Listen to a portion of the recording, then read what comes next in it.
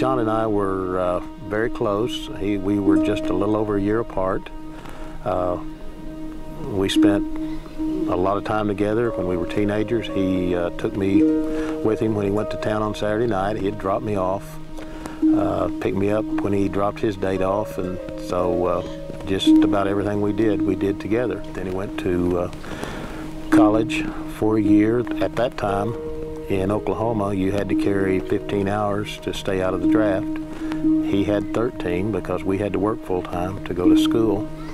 So he got drafted, and he reported to the Marines in June. He went for 3 months of basic training. In August of '66, John came home to visit. He had gotten out of boot camp, and he and my sister came to visit, and then he had to report at the end of August to go to Vietnam. The day he left Oklahoma for the last time was a day I'll just never forget. I was washing my car when he left, and I went and hid behind the car and pretended to wash a hubcap so he wouldn't see me cry. It was very emotional to see him go off, but I still didn't think that would be the last time I saw him. After I had been in school for about 3 weeks, as I was returning from class one day, when I walked up to my apartment, I noticed a car with 2 Marines parked in front. And as I got to the door, they got out, followed me in, asked me if I was David Freeman, and I said yes. They said, "We need to tell you about your brother. He has been killed in Vietnam." And they stayed with me. They escorted me back to my home, where another Marine was staying with my mom to take care of her while we waited for Dad to come home. The Marines were amazing. They were there for us. They helped us plan the funeral. Of course, they came and did the honor guard and all of that. My brother was the first area soldier killed that I know about, so it was a big deal. The whole town turned out for the funeral. It made the newspapers. I mean, it was a very big deal when John was killed. As time goes by, it never dims the memory of all of that. He was my brother. We were very close, and I was very proud of him. And as far as I was concerned, the wrong brother died. He did everything right. He always worked harder than anybody else. He made better grades. He was dating a wonderful Christian girl, engaged to be married. And as far as I was concerned, he had done everything he should do. It's a life not lived.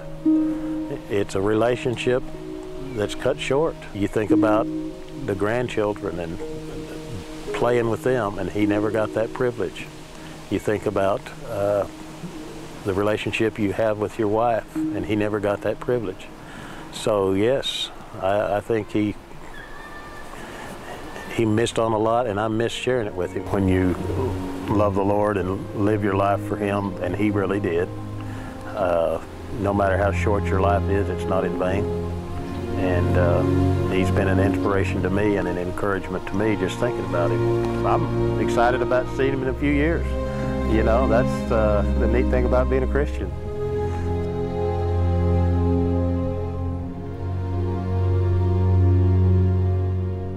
I was proud to serve my country, but I hated every minute of it while I was in there, because I had never been away from home a week in my life until I went into the service. Memorial Day for me is one of mixed emotions, so to speak, because I was thinking about the ones that came back from the war, and then also about those who did not. One of my best friends, we were twins, and in fact, a lot of people thought we were biological twins, because wherever you saw one of us, you saw the other one. We were both born on September 15th of 1924 and we were friends from the first grade all the way through high school. He begged me to go into the Air Force with him, and I didn't. And so he went in February of 43, and I was drafted in April of 43. As I went home on furlough in November of 43, well, his dad came to our house and showed me the picture of Noble with his bombardier's wings. Just the day before that I was to go back, it was the day after Thanksgiving, his dad came back to the house and he said, "Leo," he said, "I think you better sit down."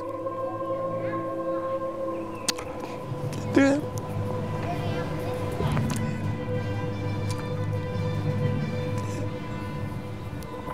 And then he told me that he'd been shot down over Germany. I just went to pieces. Well, why did it have to be him instead of John or Joe or Jim or whatever? Because, you know, it was just so personal to me. I was just devastated. In fact, I was just almost hysterical, and I swore that I was not going back. Well, he and my mother and dad told me that Noble would not want me to do that, and they just really insisted that I go back. You know, it was just more like losing a brother than a friend. When you lose a family member, you never get over it, and I have never gotten over that. He was going to be a big rancher when he got out of the service, and from the time I was 5 years old, I was going to be a school teacher, and that was eventually happened. We'll both get to be reunited when the Lord calls me home, because I know that's where he is. I'll probably just grab him and cry. Every Memorial Day and every July the 4th, anytime they recognize veterans and all, well, it just brings back a flood of memories like that. And he's always right at the top of the memories.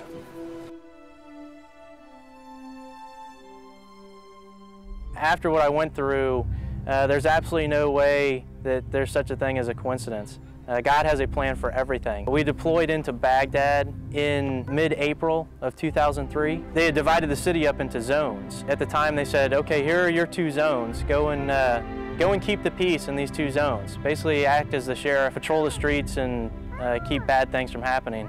Here I am, me and my 110 soldiers going into a population of 800,000.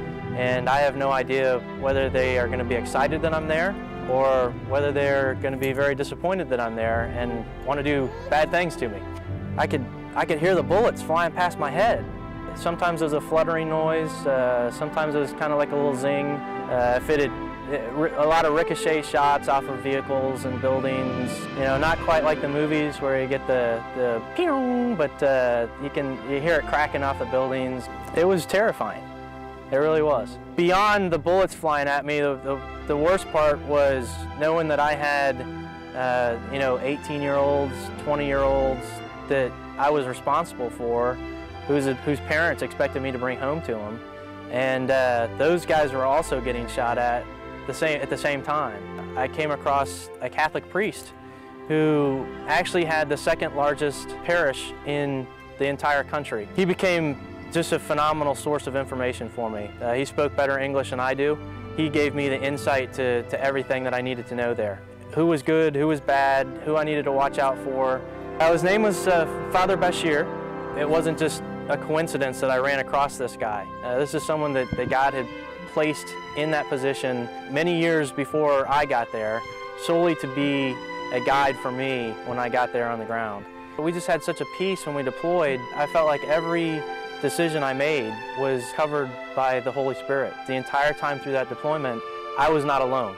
No matter where I was, no matter what I was doing, the Holy Spirit was there touching me on the shoulder every step I took. So when I told my men, hey, we have to go into this building, that we don't really know what's in there, I knew that it would be okay. Ginger and I had a lot of discussions before we deployed. What happens if one of us dies? What do we do? Bottom line was, we were both saved. If we died, we're going to heaven. That was a great part about it. Would it have been sad to, not seeing each other again on earth? Absolutely. I don't normally cry, but just that it was God's choosing when He would take him. And that if He took him, I still had God, and I could get through that. So I had kind of gone through that thought process between me and God. And it was like there was just a sense with soldiers who were already saved that we were there for a higher purpose. And I think the soldiers that didn't know the Lord noticed that there was a difference. You know, having soldiers thank me and seeing soldiers even make decisions for Christ was just the most honoring and privileged experience I think I've ever had in my service to God, and I'll just never forget it. My unit did not have any casualties while I was there. I can tell you that probably the worst day of my life is when I took Ginger into her unit to say goodbye to her before she got on a plane to go to Kuwait. And one of the best days of my life, probably takes a close second to the day my boy was born, is when I saw her pull up in the truck in front of my unit back at Fort Polk on the 4th of July.